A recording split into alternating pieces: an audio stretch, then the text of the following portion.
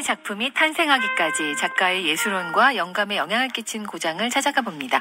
우리 땅 예술기행, 오늘도 김보경 작가와 함께합니다. 안녕하세요. 네, 안녕하세요.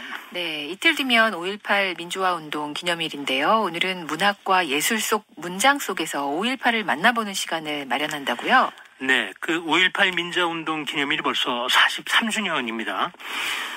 당시 기세등등했던 신군부 쿠데타 세력이 이제 처벌받은 사람도 대다수고, 또 그 대다수가 또 자연사를 했는데, 당시 시민들의 한거 정신은 아직도 살아남아서 세세년년 이어지고 있는데요.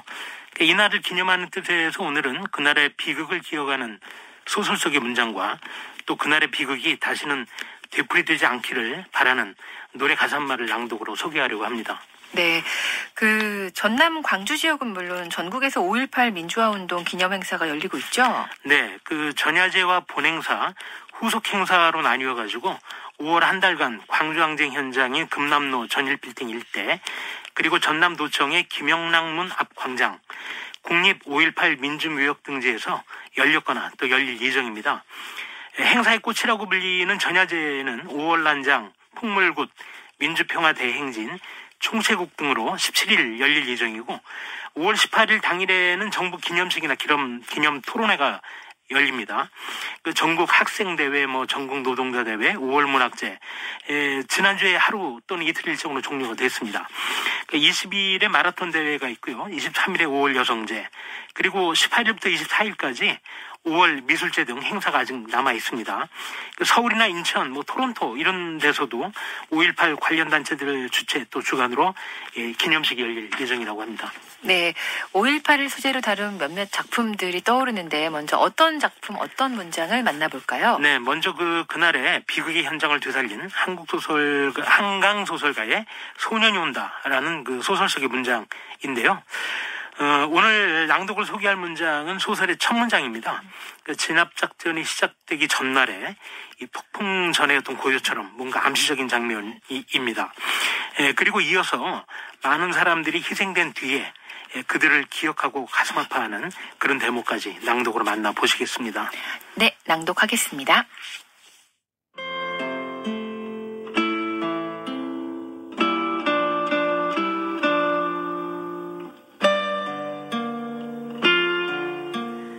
소년이 온다, 한강.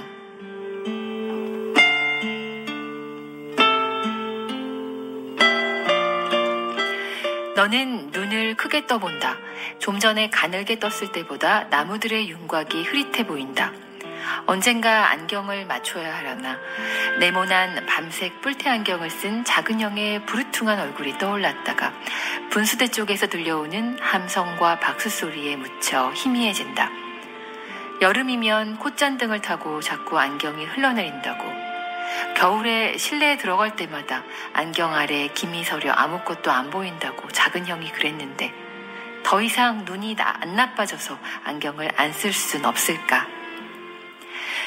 좋은 말로 할 때 당장 집에 들어와. 단단히 화가 나 있던 작은 형의 목소리를 털어내버리려고 너는 고개를 흔든다. 마이크를 쥔 젊은 여자의 카랑카랑한 음성이 분수대 앞 스피커에서 울려온다. 당신들을 잃은 뒤 우리들의 시간은 저녁이 되었습니다. 우리들의 집과 거리가 저녁이 되었습니다. 더 이상 어두워지지도 다시 밝아지지도 않는 저녁 속에서 우리들은 밥을 먹고 걸음을 걷고 잠을 잡니다. 당신을, 나는, 그것은 아마도 바로 우리들의 모든 것이 당신은 어째서 바라봅니다.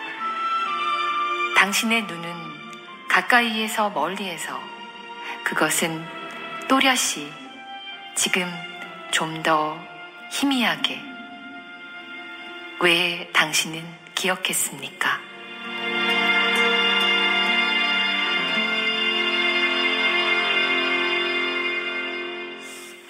소설 소년이 온다의 상징성 있는 문장들이죠. 1장과 3장의 일부분을 읽어드렸습니다. 네, 그 한강 소설가의 다양한 문체 실험이 좀 돋보이는 그런 소설인데요.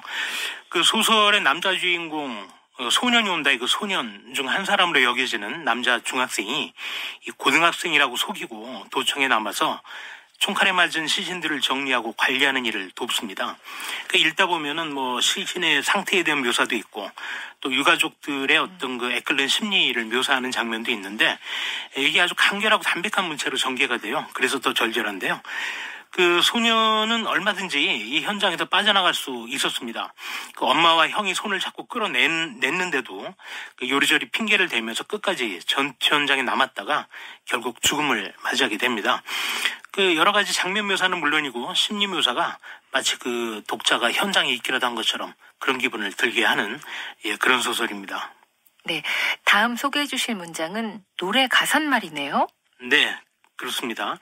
그 아시는 분은 아시겠는데 지난 13일 서울 잠실주 경기장에서 그 거기서만 8번째 콘서트를 가진 가황 조용필 선생의 노래 가사인데요. 이 다름 아닌 생명이라는 노래 가사말입니다. 이 노랫말은 그 조용필 선생이 직접 이 노래는 명백히 광주 학살에 대한 분노를 담은 곡이다. 이렇게 한 인터뷰에서 밝힌 바도 있습니다. 뭐 명백히 5.18의 노래다 이렇게 볼 수 있는데 그 낭독으로 듣고 나서 설명을 조금 더 드리겠습니다. 그 1절만 일단 소개를 드립니다. 네, 낭독하겠습니다.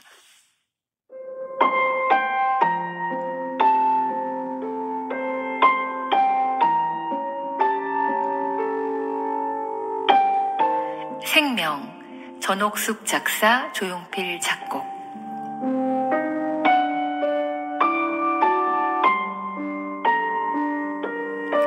저 바다, 애타는 저 바다, 노을 바다, 숨죽인 바다, 납색의 구름은 얼굴 가렸네. 노을이여 노을이여, 물새도 날개 접었네. 저 바다, 숨쉬는 저 바다, 검은 바다, 유혹의 바다, 은색의 구름은 눈부시어라. 생명이여 생명이여, 물결에 달빛 쏟아지네. 애기가 달리 안고 파도를 타네. 애기가 별리 안고 물결을 타네. 대지여 춤춰라, 바다여 웃어라. 아 시간이여, 아 생명이여 생명이여.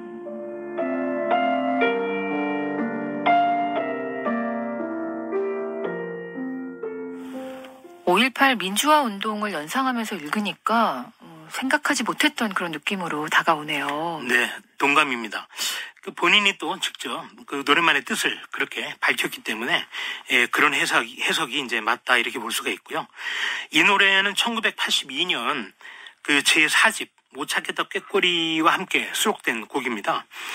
당시의 신군부의 칼바람을 감안하면은 이 가사는 거의 뭐 5.18 광주 시민항쟁 그 광주 민주화 운동의 연장선상에 있는 심각한 어떤 저항의 노래다 이렇게 볼 수가 있겠고요. 1980년에 돌아와요 부산항해 리메이크 앨범을 이제 히트치고 나서 이렇게 재데뷔하듯이 이제 막 인기 가수 대열에 이제 올라가려고 할락말락한 이런 어떤 조용필 선생으로서는 이게 엄청난 모험이 아닐 수 없었을 겁니다. 그러니까 이 노래 작사가는 전옥숙 선생인데요. 그 어머니처럼 따랐다 이렇게 얘기를 했습니다. 조용필 선생이. 그 당시 영화나 드라마 프로덕션 사업을 하던 여장부, 대중문학의 역을 이렇게 불렸다고 합니다. 그러니까 5.18을 겪은 두 분의 어떤 뭐랄까요 내밀한 어떤 그 거사의 성격도 있지 않나 뭐 이렇게 해석을 할 수도 있겠습니다. 네, 오늘은 5.18 민주화운동 43주년을 앞두고 문학과 가요에 담긴 그날의 기억들을 만나봤습니다. 김보경 작가였습니다. 고맙습니다. 고맙습니다.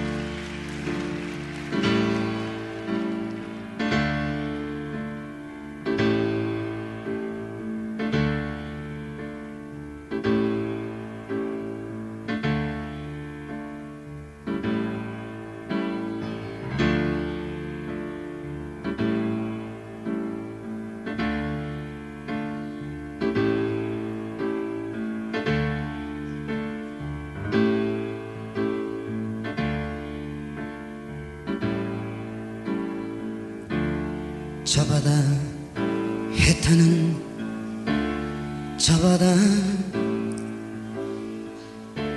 노을바다 숨죽인 바다 납색의 구름은 얼굴 가렸네 노리여 노리여 물새도 날개 접었네 저 바다 숨쉬는 저 바다 검은 바다 유혹의 바다 은색의 구름은 눈부시어라 생명이여 생명이여 물결에 달빛 쏟아지네 해기가 달리 많고 파도를 타네 해기가 별리 많고 물결을 타네 대지여 춤춰라 바다여 웃어라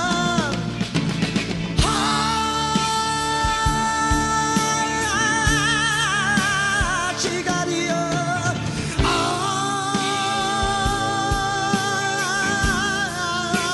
생명이여 생